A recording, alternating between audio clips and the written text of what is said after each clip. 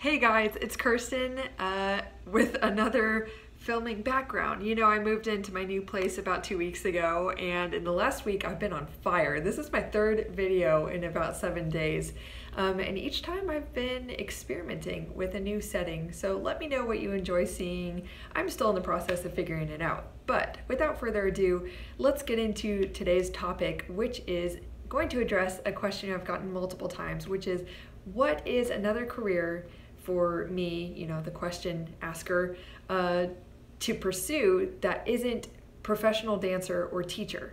Because a lot of people think, okay, I'm passionate about dance, but they don't believe they're good enough to be a professional dancer, which is fine. You know, that's a really, really difficult field to go into. Not everyone is cut out to do it. Even people who you think are massively talented, it's just not in the cards for them.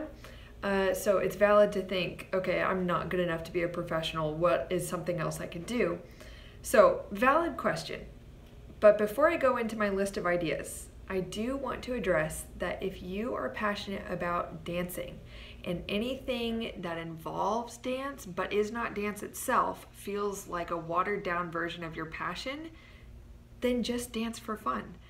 I will tell you from my own personal journey, for my whole dance journey for like 15, 16, 17 years, I thought, well, for a lot of that, probably at least a decade, I'm passionate about dance. The only way to act on that passion is to become a professional dancer. And if I don't, I'll have to quit. There's nothing else I can do. Nothing else compares.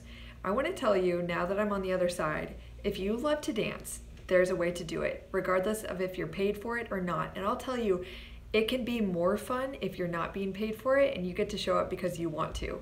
And you get to not be under contract in a way that causes you to push your body to its limits and causes so much strife and like struggle. You know, it could be so incredibly rewarding to have another career, make your money in another way, and dance because you love it on the side. Where there's a will, there's a way. So if you're young or however old you are, if you've thought to yourself, I have to dance no matter what, which means I have to be a professional, and that's causing you a lot of angst because you feel you're not really cut out for it, as far as your like physical potential or your talent or whatever.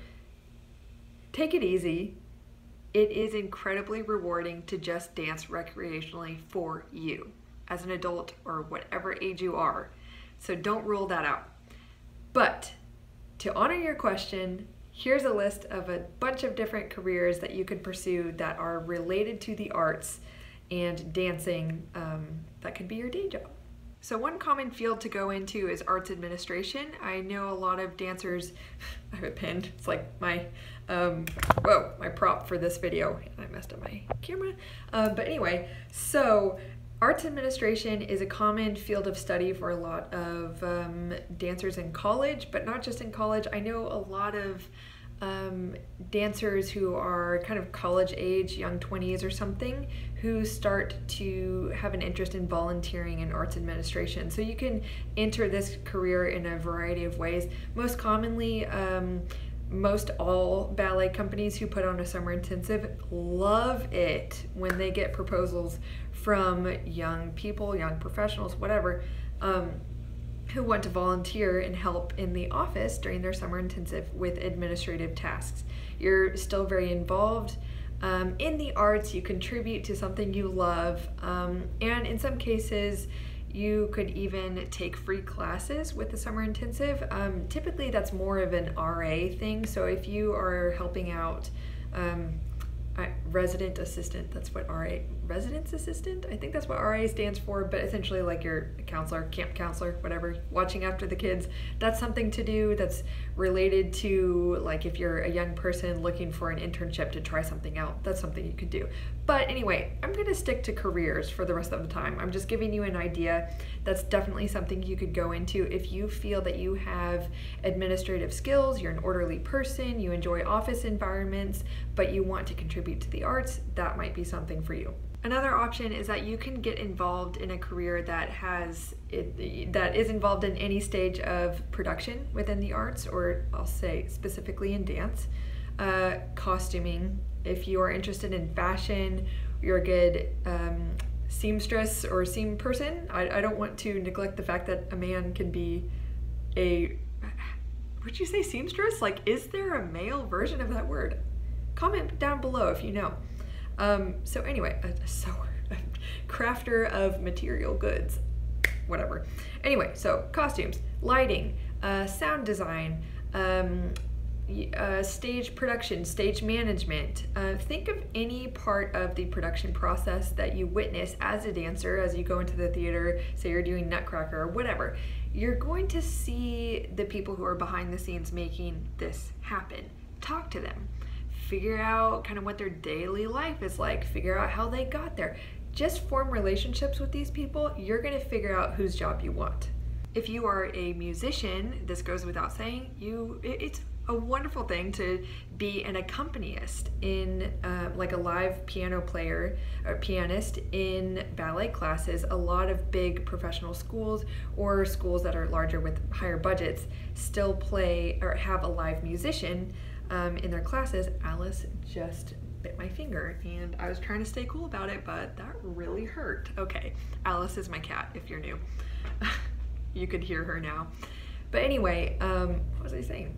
Oh, yes, you can be an accompanist, you can compose music for new productions, you can compose CDs to be used in ballet classes. That's awesome. And if you do, don't hesitate to reach out because I'm always looking for new CDs to teach with. In light of my discussion about administrative opportunities within the ballet world, you could also be involved in arts marketing. So if you find you have an eye for graphic design, if you want to be involved in any sort of marketing profession, and that is a super huge field. Like, it's so easy to be a freelance marketer. That's what I do during the day to just pick up some extra cash. I have a couple marketing freelancing jobs. You could run social media stuff. You can apply any skills you have to the marketing industry. So it doesn't matter if you are a, oh, here's an idea. I was gonna say photographer. You could be a dance photographer. That's really big right now. There's a low barrier to entry, but that also means that it's kind of harder to make it big as a dance photographer, but that's certainly something that could be a nice side job. If you're a videographer, like I said, graphic design, there are so many other fields within, or so many other jobs within the marketing industry that could be applied to arts organizations or ballet companies so that you could still have that interaction with the arts that you might enjoy.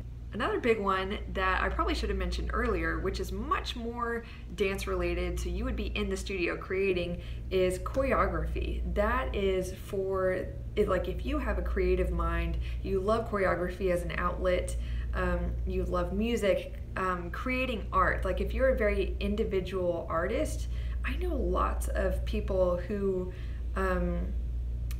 thought they wanted to be a dancer and then found how much they loved choreography just because they weren't afraid to take on opportunities to choreograph, or they were bold and asked their director or whoever, hey, I'm interested in choreographing this piece, here's this idea I have, can I use these dancers and we could throw this piece into this upcoming show.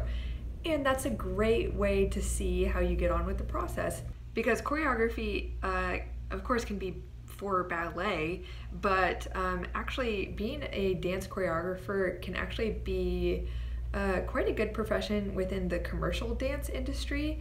That's another big thing.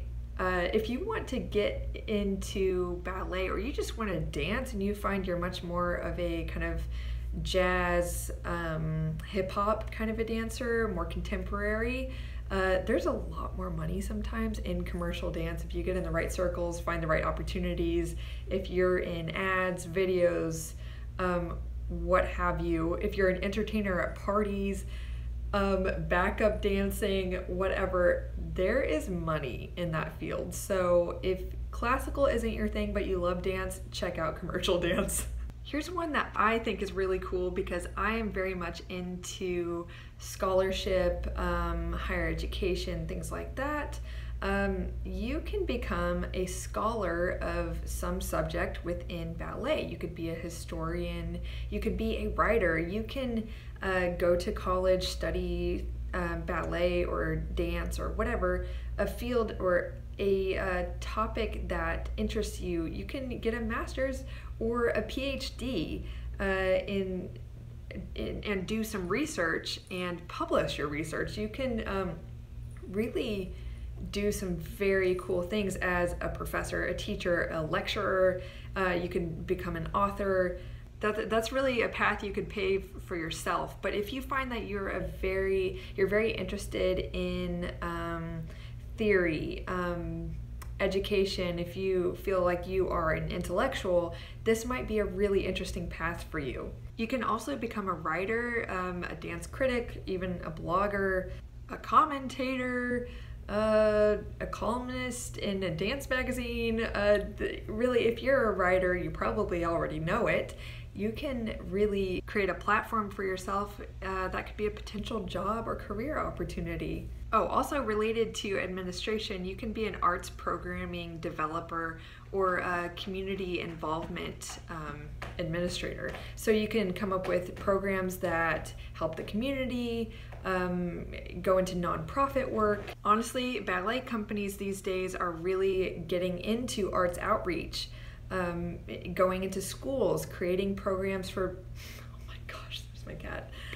Creating programs for people with disabilities.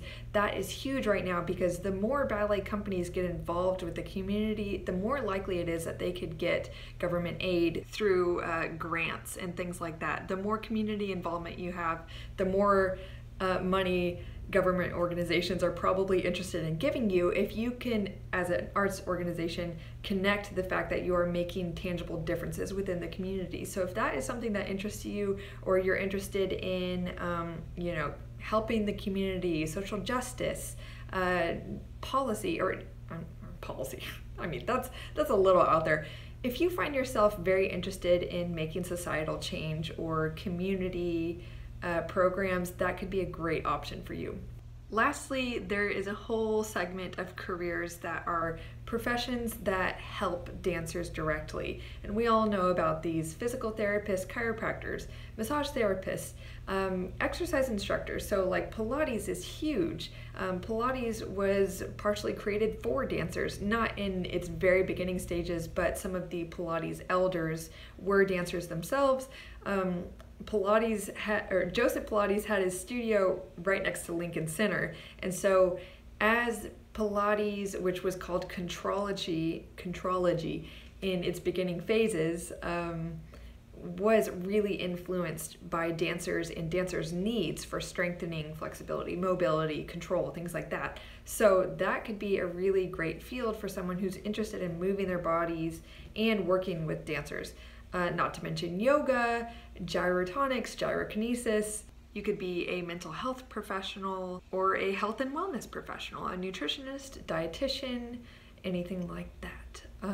And the list continues. This is certainly not an exhaustive list of options, but I did want to just give you these ideas to hopefully expand your mind and encourage you that it is what you make it. Your career is yours. Don't feel like you have to do one of these professions in order to not let go of your love for dance. You can still dance no matter what. If your body is allowing you, you can do it. You don't have to be a professional dancer to enjoy dance or to express your love for it in the utmost way. So I will leave you with that. Thank you so much for watching today, and I will be back soon. Don't forget to subscribe, and please turn on notifications if you haven't already for this channel so you don't miss any of my uploads. The YouTube algorithms are kind of crazy, and a lot of people are subscribed to so many channels that if you don't consistently click on my videos, then YouTube will think that you're not interested and they won't send you notifications when I upload videos. So if you're interested in that, please hit the bell button next to the subscribe button. And anyway, that's it for me. I'll see you guys soon. Bye.